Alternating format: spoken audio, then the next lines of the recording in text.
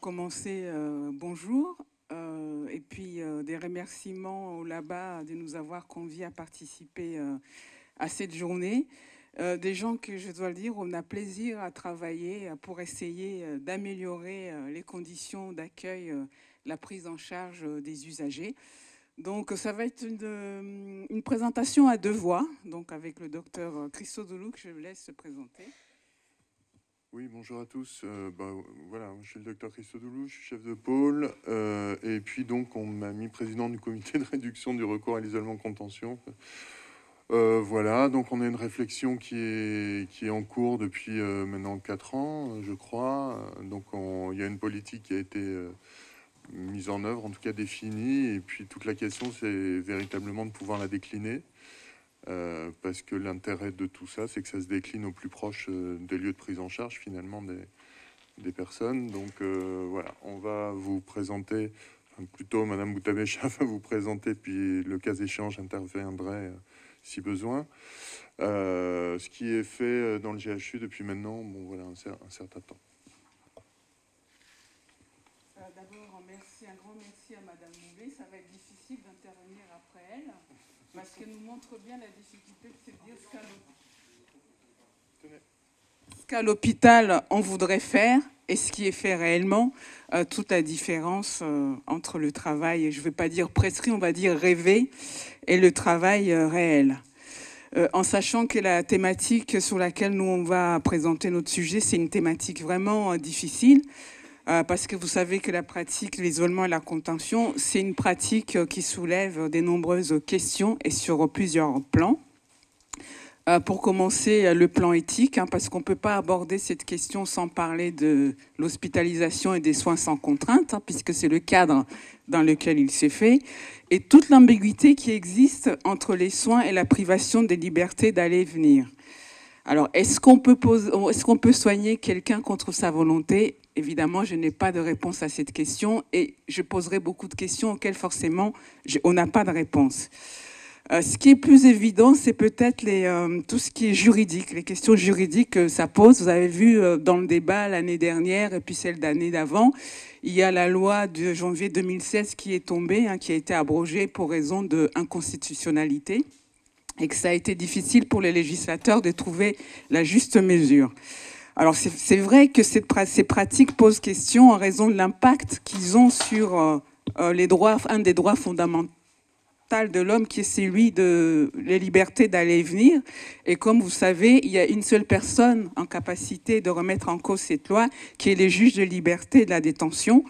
C'est pour ça qu'en fait, on est en train de parler d'une pratique qui a un encadrement juridique assez fort et en même temps où il y a le rôle de médecin qui est prépondérant. Sur la notion de soins, la nature même de la mesure pose question.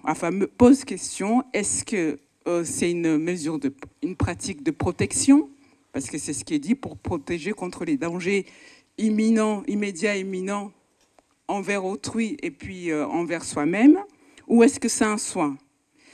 La question aussi de la délégation de la privation de liberté aux médecins. Est-ce que c'est le rôle du médecin ? C'est une question.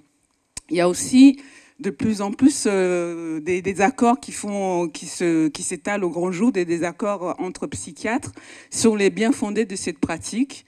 Il y a des psychiatres, vous allez trouver, disant pour le patient, on ne pouvait pas faire autrement. C'était au moment T le seul recours qu'on avait. J'utiliserai pas le mot soin, mais j'utiliserai le mot recours.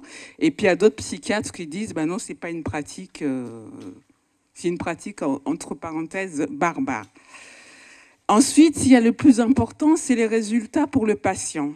Alors j'ai cherché, peut-être que j'ai mal cherché, mais je n'ai trouvé aucune étude qui montre l'efficacité de l'isolement contention et son effet thérapeutique. En revanche, j'ai beaucoup lu sur le vécu négatif des patients qui ont subi ces mesures. Après, au-delà de ça, il y a aussi l'efficacité de tout ce que l'arsenal juridique nous propose. En sachant que de toute façon, moi aujourd'hui, en tant que directrice des usagers de la qualité, Si vous me demandez si la politique qu'on met en œuvre, si elle est efficace ou pas, ça serait très malhonnête, voire mensonger de ma part, de dire oui, c'est efficace. D'abord parce que je n'ai pas les outils pour faire la bonne mesure. Il n'y a aucun système d'information à ce jour qui permet vraiment de bien mesurer ce qui se passe et ces mesures-là. Ensuite, il y a l'idée que c'est de l'évolution réglementaire, c'est bien puisqu'on est arrivé, c'est la loi qui contraint en fait à ce qu'on réduise, ce qui est tout à fait normal, le recours à ces pratiques. Mais en fait, cette loi, elle a été mal accompagnée, voire non accompagnée, et la dernière a été très mal vécue par les équipes soignantes, qui l'ont considérée vraiment comme une pure contrainte réglementaire, assez déconnectée des réalités du terrain, et pas vraiment comme une aide pour faire évoluer les pratiques. En sachant quand même que c'est vrai qu'on ne peut pas parler d'isolement et de la contention sans parler du contexte légal, hein, parce que c'est vrai que cette politique, c'est d'abord une exigence réglementaire. Là, vous avez vu, je n'ai pas parlé des lois internationales, il y en a beaucoup, madame en a fait état. On s'est arrêté à ce qui concernait la France, sauf pour les recommandations du Conseil de l'Europe 2004, en disant que de toute façon, ce que stipule la loi, c'est que l'isolement et la contention ne peuvent être envisagés uniquement que lorsque les mesures alternatives, les différenciées, ont été déployées. Or, vous comme moi, vous savez que ce sont des mesures qu'on prend en urgence. Donc déjà, la question du temps et de la temporalité. Donc je ne vais pas vous lire tout ça en disant que d'abord, il y a eu la circulaire Veil, qui a bien mis le principe de ne pas mettre de patients en soins libres dans un service fermé, et encore moins en chambre d'isolement. Bon, après, je mentirais aussi en disant que quelquefois, ça n'arrive pas, mais quand c'est comme ça, effectivement, on change de mode d'hospitalisation. Ensuite, en disant que l'atteinte à la liberté d'aller et venir ne peut être faite que pour la sécurité du malade et sur indication médicale. Donc, on revient à ce qu'on disait auparavant, déléguer la privation de la liberté aux médecins. Sur les recommandations de l'Europe en 2004, déjà, on a vécu le principe de la restriction minimale en disant que ça va être vraiment la restriction de la liberté d'aller et venir, ça doit être l'exception et pas la règle. On essaie d'y tendre, mais vous verrez par les chiffres qu'on n'y arrive pas forcément. Ensuite, il y a eu en 2013 le rapport Robillard qui a déjà commencé à évoquer toutes les problématiques du recours à la pratique de contention et isolement. Et c'est pour ça que plusieurs années plus tard, on a vraiment travaillé sur la pertinence de cette mesure. Et dans ce rapport, M. Robillard pointait déjà le dysfonctionnement et l'insuffisance de moyens en psychiatrie, en disant, dans une équipe où il y a le personnel qu'il faut, où il y a le personnel formé, où on écoute les patients, on leur donne la parole, il y a moins de recours à ce type de mesures. Et évidemment, il y a la loi de 2016 qui est tombée, et maintenant qui a été abrogée par celle de janvier 2022, et puis tout ce qui a fait l'HAS pour les recommandations des bonnes pratiques d'isolement et contention. Une fois que je vous ai dit tout ça, ça c'est notre réalité, enfin presque, hein, parce que vous verrez que ces chiffres, il faut vraiment les examiner avec précaution. Néanmoins, en tant qu'analyticienne, moi, on m'a appris que pour mesurer l'efficacité de quelque chose, il faut déjà faire de la mesure. Elle est certes approximative, mais au moins ça peut permettre quand même de se dire d'où on vient, où est-ce qu'on va aller.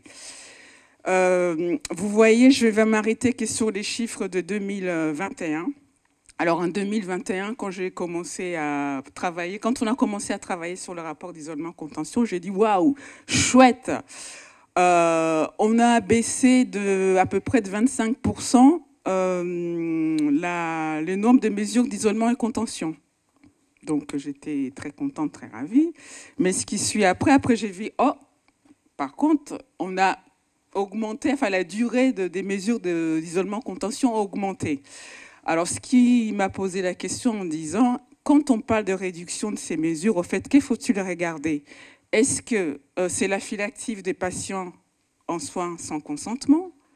Est-ce que c'est la file active des patients en isolement et contention? Est-ce que c'est le nombre de mesures? Est-ce que c'est la durée? Mais en fait, on se rend compte que pour vraiment parler de réduction, on est obligé de regarder tous ces indicateurs. Hein. Et vous savez comme moi que les chiffres, on peut leur faire dire ce qu'on veut. Donc je vais essayer intellectuellement d'être honnête en disant que quand on baisse effectivement le nombre de mesures, mais que la durée augmente, je ne suis pas sûre de pouvoir parler d'efficacité. Je ne sais pas ce que le docteur en pense. Oui, oui, tout à fait. Enfin, les chiffres parlent d'eux-mêmes, même si on a quand même un problème pour avoir des chiffres qui sont tout à fait fiables. Hein. Là, en fait, la question, c'est, alors je ne sais pas s'il faut vraiment expliquer, c'est une histoire de chaînage, en fait. C'est-à-dire qu'en fait, avant, il y avait plusieurs mesures, donc du coup, ça diminuait forcément la durée de la mesure. Or, en réalité, maintenant qu'il y a des choses qui sont améliorées, la mesure, elle est comptée une seule fois, et donc du coup, on se rend compte que la personne, elle est en isolement contention ou contention plus longtemps. Alors évidemment, il faudrait quand même réussir un jour à bien différencier l'isolement et la contention, quand même. C'est très très difficile, malgré tous les efforts du DIM, d'avoir des chiffres qui sont vraiment fiables. Voilà. Alors, la politique du moindre recours à la contrainte au GHU, donc après ce sera développé. Donc c'est faire évoluer les pratiques autour de la question de la prévention et de la gestion de la crise pour diminuer le recours à la contrainte à l'hôpital. Donc il y a plusieurs axes. Bon, on a vu déjà le socle cadre légal. Il y a l'axe qui concerne la formation des professionnels, ce sera développé tout à l'heure, hein, la désescalade, le désamorçage, l'analyse des pratiques. L'amélioration des espaces d'accueil, l'implication des usagers. Alors évidemment, l'amélioration des espaces d'accueil, espaces d'apaisement, par exemple. Implication des usagers, donc les mesures anticipées en psychiatrie, les plans de crise, plans de prévention partagés, tout ce qui concerne aussi la réflexion sur la contenance volontaire. Et puis, on l'a dit, hein, l'amélioration du recueil de données pour pouvoir suivre de manière plus attentive et efficace, et puis voir où sont les leviers sur lesquels on peut réellement intervenir. Alors, pour parler du programme, c'est vrai que sur le papier, on a un très beau programme qui comprend plusieurs axes. Hein. D'abord, c'est le maintien et le développement des compétences de nos professionnels, donc les formations. Tout ce qui est oméga, le travail sur la désescalade, la prise en charge d'un patient en situation d'agitation, tout ce qu'on fait aussi par la méthode de simulation sur les appels à renfort, avec pour objectif de se dire il faut vraiment améliorer la pratique et la clinique, le repérage de ces signes-là pour pouvoir travailler évidemment de concert avec le patient pour dire bon, lui il a repéré ce signe, il nous apprend à les repérer, nous aussi on l'a fait et on essaie d'éviter que la situation de tension arrive. Et aussi tout ce qui est le travail de collaboration et de communication avec les équipes, parce que bien sûr, il y a des soignants qui connaissent mieux un patient que d'autres, et qu'est-ce qui se transmet par rapport à ces soignants, donc il y a aussi de ça. Et, il y a tout ce qui concerne ce qu'on appelle les programmes d'amélioration des pratiques des professionnels, anciennement appelés évaluation des pratiques professionnelles. Donc là aussi, on regarde par rapport aux recommandations de l'HAS et qu'est-ce qui est marqué dans nos dossiers. On regarde comment l'information est donnée aux patients quand cette mesure a été décidée.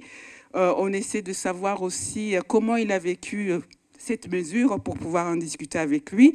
Et surtout, du côté des soignants aussi, on essaie de faire des outils qui permettent aussi de faire un débrief en équipe après cette mesure, parce que c'est vraiment le lien entre la qualité de vie des professionnels et puis la qualité de vie, la qualité de la prise en charge des patients. Ces deux-là sont complètement liés. Oui, juste pour compléter, moi j'insiste beaucoup sur l'idée qu'on puisse avoir vraiment un outil qui permette de réaliser des débriefings, parce que plus on étudie finalement ce qui s'est passé, parce qu'on ne prend pas le temps généralement, ou alors pas partout, et plus on essaie de mettre en place ce genre de réflexion, peut-être que ça permet de repérer aussi des choses à côté desquels on est passé et qui se sont transformés en ce qu'on appelle le dernier recours finalement. Voilà, donc si ça peut se multiplier, se généraliser, je pense que déjà ce serait quelque chose d'assez intéressant. Alors, le maître du temps nous dit qu'il nous reste 5 minutes, donc on va essayer d'accélérer.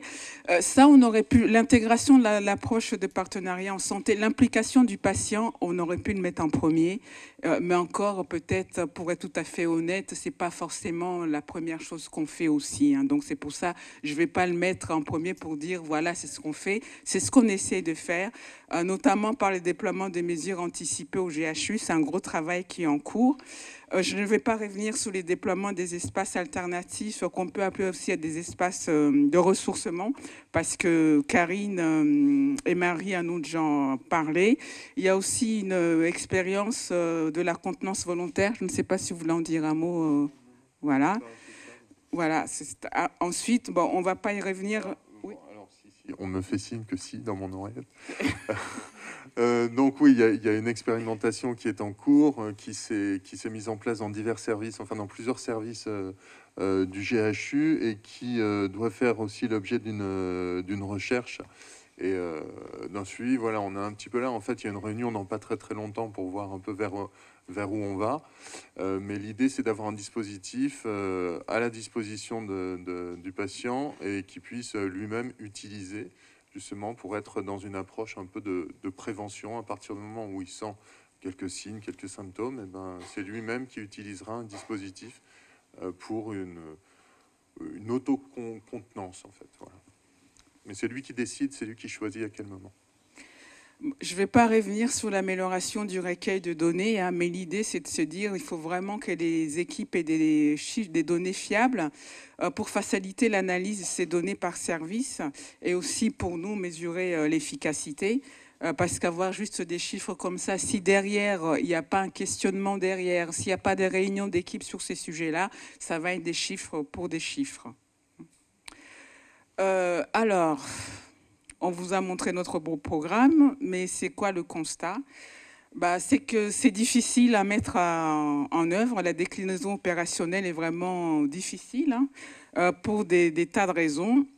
D'abord, c'est dire que ces pratiques s'inscrivent quand même dans l'organisation d'un système de soins. Ces situations d'urgence ne laissent pas forcément le temps où il n'est pas pris pour que... Il y a une réflexion d'équipe, ça il faudra le faire en dehors. Donc on sait dire qu'on ne peut pas travailler sur ces questions-là, on ne peut pas réduire s'il n'y a pas une véritable réflexion sur l'organisation des services. Évidemment, la question de l'insuffisance de l'accompagnement des soignants à ces enjeux de la réforme, ça a été dit. Ce n'est pas parce qu'on fait une loi que finalement elle va être mise en œuvre. La loi sur les droits des patients date de 2002, on a fait son anniversaire, on voit encore que c'est toujours un sujet d'actualité. Et donc pour cette loi qui a commencé en 2016, bien sûr qui a été abrogée, c'est encore une jeune loi, il nous faudra du temps vraiment pour que ça soit mis en œuvre. Il y a aussi le manque d'espaces adaptés et ouverts. C'est vrai qu'il y a quelque chose qui frappe quand on arrive dans les hôpitaux psychiatriques. Alors, je dirais peut-être un peu moins quand c'est pavillonnaire et que ça paraît joli de l'extérieur comme Sainte-Anne. Mais quand on va à l'intérieur, c'est vrai que là, quand même, l'architecture pose question. Pour entrer, il faut une clé. Pour sortir, il faut une clé, qu'on soit en hospitalisation libre ou pas. Donc, l'architecture ne nous aide pas. Actuellement, c'est un sujet, les tensions sur les effectifs médicaux et soignants. Il y a eu un désamour de l'hôpital par nos médecins et par nos infirmiers, et ça continue. Et c'est comment faire pour que cet amour revienne à nouveau. Et il nous reste de gens, heureusement, mais il y a eu quand même un désamour, il faut se le dire. Et puis, encore une fois, on parlera de l'absence d'un système d'information qui soit performant pour nous permettre vraiment de faire de la mesure. Des leviers, ils existent. Alors là, du coup, on l'a mis en premier, c'est le partenariat en santé.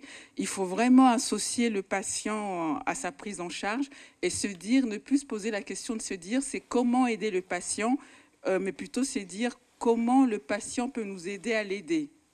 Au lieu de lui dire on lui donne le pouvoir, c'est en fait la meilleure personne qui se connaît, c'est le patient. Il a des outils, il a son savoir expérientiel. C'est comment on s'appuie là-dessus. Il y a aussi la question de promouvoir le consentement libre et éclairé, donc vraiment de réduire les hospitalisations en soins sans consentement. Bien sûr, tout ce travail passera aussi par le déploiement des mesures anticipées en psychiatrie. Donc, améliorer les conditions d'accueil, ça c'est important. Il faut vraiment proposer dans toutes les unités des espaces de ressourcement où les patients peuvent se promener, où il peut faire, entre guillemets, pas ce qu'il a envie de faire, mais au moins se sentir pas contraint par les espaces. Il faut poursuivre la formation des soignants à la désescalade. Ça, c'est capital. On a beaucoup de turnover au niveau des soignants. Et il faut vraiment continuer à maintenir et à développer les compétences à ces sujets-là. Bien sûr, c'est en lien avec la bientraitance. Hein. On ne l'a pas évoqué, mais c'est évident. Il faut bien sûr promouvoir les bonnes pratiques. C'est systématiser l'analyse des pratiques professionnelles à chaque fois qu'il y a une mesure d'isolement et de contention pour le patient. Et bien sûr, avoir vraiment un suivi plus proche et plus fréquent de toutes ces mesures en équipe, les analyser et se donner des objectifs. On ne peut pas réduire quelque chose si on ne s'est pas donné un objectif. Et on peut peut-être commencer par quelque chose, de se dire, bon, on ne va pas vous mentir en dire que du jour au lendemain, on va passer à zéro isolement, mais peut-être se dire zéro isolement pour le patient en cours d'hospitalisation. Et puis, bien sûr, renforcer le temps médical. Et ce qui est vraiment fondamental et primordial, c'est recueillir le vécu du patient au cours de cette mesure.